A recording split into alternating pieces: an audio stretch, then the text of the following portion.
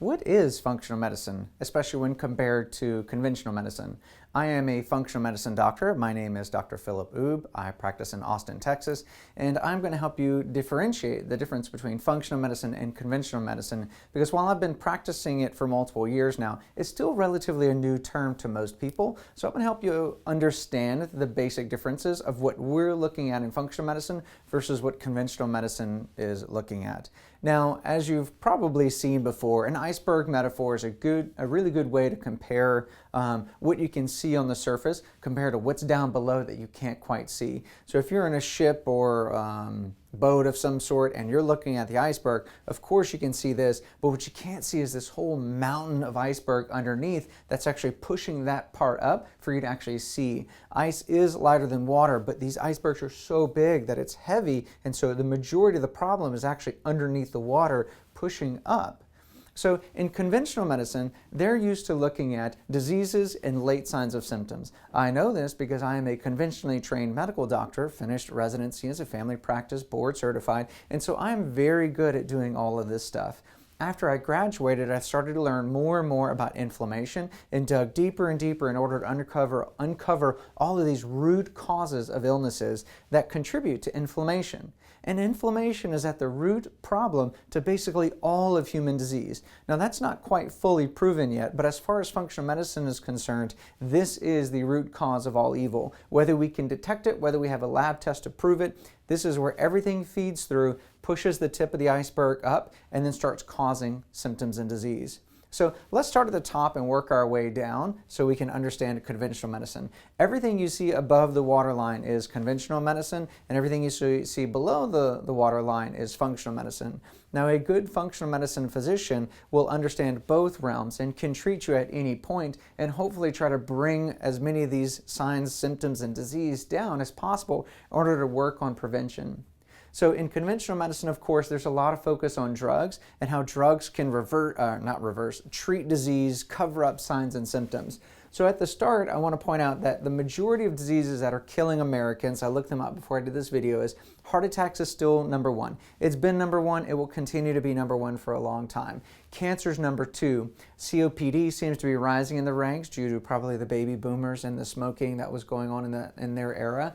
And then strokes, dementia, probably one of the scariest ones, dementia. When we think about aging and losing our mind, we would almost rather have a heart attack and die than become someone that our loved ones can't recognize and just kind of melt in a body for years to come. So dementia is a scary one, although it does take lives. And then, of course, just aging, and that's obviously a cause of death, but just to think about how we age. And so the whole goal with life and health and functional medicine is that we want to age healthy, and then we just want to drop dead, die. We don't want to suffer any of these things. We don't want to suffer with signs and symptoms for years and years before we die. So it's all about how can we live healthier, how can we live longer without any of these signs. So those are all obviously diseases, and of course conventional medicine has a drug for each one, and as you go up higher and higher, you end up on more and more drugs. But some of the late signs and symptoms of inflammation that you may not even realize are signs and symptoms of inflammation are weight gain. If you're gaining weight, it's probably a sign that your body's inflamed, your hormonal balance is off, you have excessive insulin, and your body is storing fat. Why is it storing fat? Maybe your energy metabolism's down. That's why you're fatigued and brain fogged. Your body can't make energy, so it's tired, but it's storing calories because it doesn't know what else to do. And then poor sleep. Of course, if your body's inflamed and can't detoxify well, your hormones start to get to imbalance, and then you can't sleep very well. And then the common ones that conventional medicine is testing for, things like high cholesterol, high blood pressure, reflux and heartburn, such a common problem to a gut dysfunction that's reversible. Constipation, how many people suffer from constipation on a daily basis? These are all signs telling you something. Erectile dysfunction, which commonly hits men in their 40s, 50s, and of course later on, but these are signs of inflammation and blood vessel disease.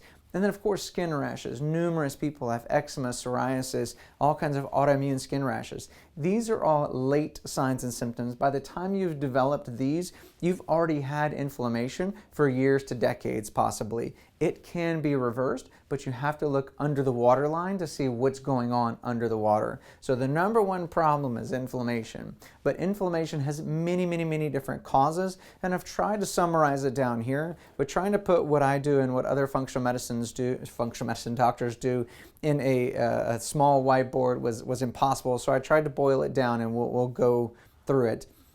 The number one thing, remember we're bottom up here, the number one thing is nutrition. Guys, if you don't put in good food, you can't expect good things to come out. You can't put garbage in and not expect garbage to come out. So nutrition is the number one thing that improves your health. Even if you do nothing else, if you eat a really clean, good diet full of vegetables, that's number one. People are always asking, what's the perfect diet?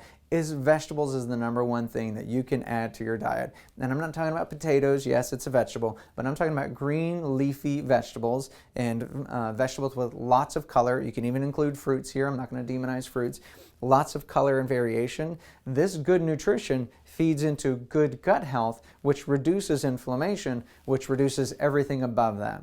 This is one thing that anyone and everyone can do without any help, any supplement. Everyone eats. You choose what you eat. If you're eating 3 meals a day, that's 3 votes a day that you get to decide if you're creating inflammation or decreasing inflammation. The second thing I want to talk about is gut health. Your gut microbiome is the most important thing you have going for you or going against you. Based on the food you eat and the previous things you've done, whether it be antibiotics or steroids or stress or too much coffee, whatever it may be, all of those things have affected your gut health.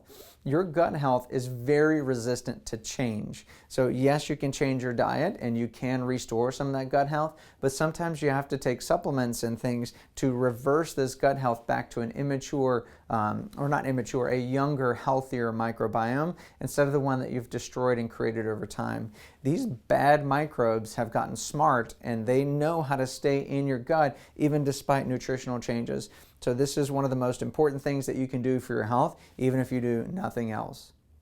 The second portion of what we do heavily in functional medicine is we focus on this toxic overload. If you cannot get rid of your toxic overload, then you cannot decrease inflammation and you will eventually develop disease.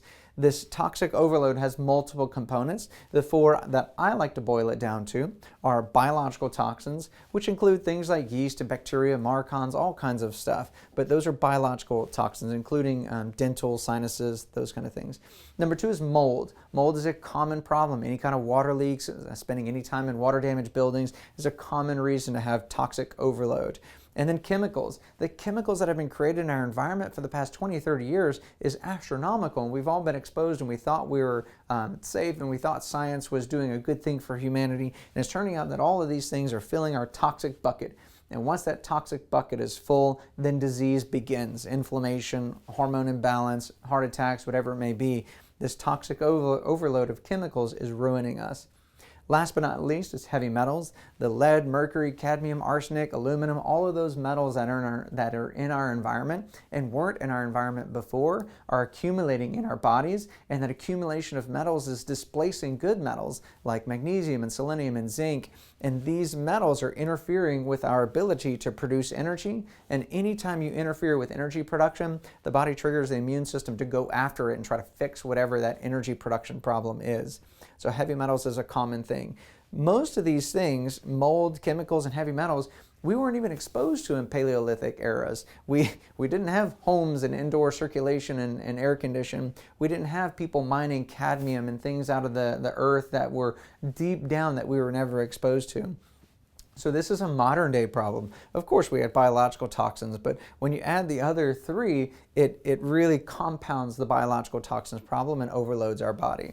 And then we've got over here, a very important part, of course, all of this is important, is hormone imbalance. Now, I kind of think of hormone imbalance as a later sign once the gut health has gone wrong, once the toxic overload has gone wrong. But nevertheless, this is a part of your inflammatory battle. Your adrenal glands, how are you taking care of those? Are you stressed out too much? Are you getting poor sleep? Are you drinking too much coffee? Is there too much to do at work? Are you not spending enough time taking care of yourself? The whole mind, body, spirit idea. The adrenals release your stress hormones. So if they're releasing too many stress hormones, that wrecks your hormones. It wrecks actually all the hormones. And of course, next is the thyroid gland. Is the thyroid able to produce the right amount of hormones? Is your liver making activated thyroid, or is it making blocker thyroid called reverse T3? And then the sexual hormones, the low testosterone, the menopause, the PCOS, all of those sexual hormone imbalances cause dysfunction, and the way they do that is they do it through inflammation or they do it through energy dysfunction. Now, energy dysfunction is a really big category, and it could probably be shared with inflammation because it is one of the last signs of illness before you start kicking into actual disease. And so energy dysfunction from low vitamins, not enough vitamins to even make energy, poor sleep or stress or not enough exercise. Exercise is one of those funny things where in order to make more energy, you have to burn some of the energy. And so if there's not enough exercise, you can have energy dysfunction. And then all of that is related because if your body can't even exercise because it doesn't have the energy manufacturing to do it, then you can't even exercise, or exercise is actually more damaging for you. So you've got to focus on the other things, repair those before you can add exercise back in order to improve your energy dysfunction.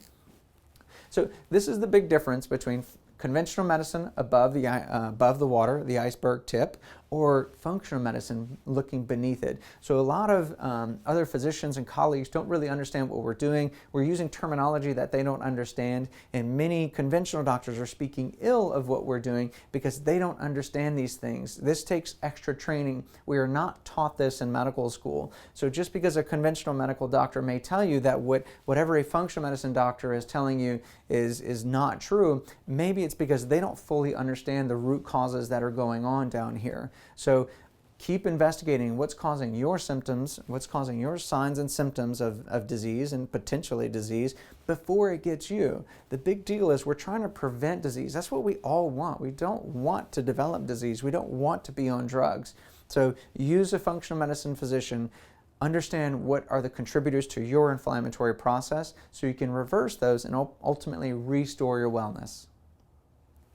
In one of my next videos, what I'm going to be doing is trying to teach or show you how testing is used at various aspects in order to uncover before it's a disease and before there's signs and symptoms way down at the functional medicine root.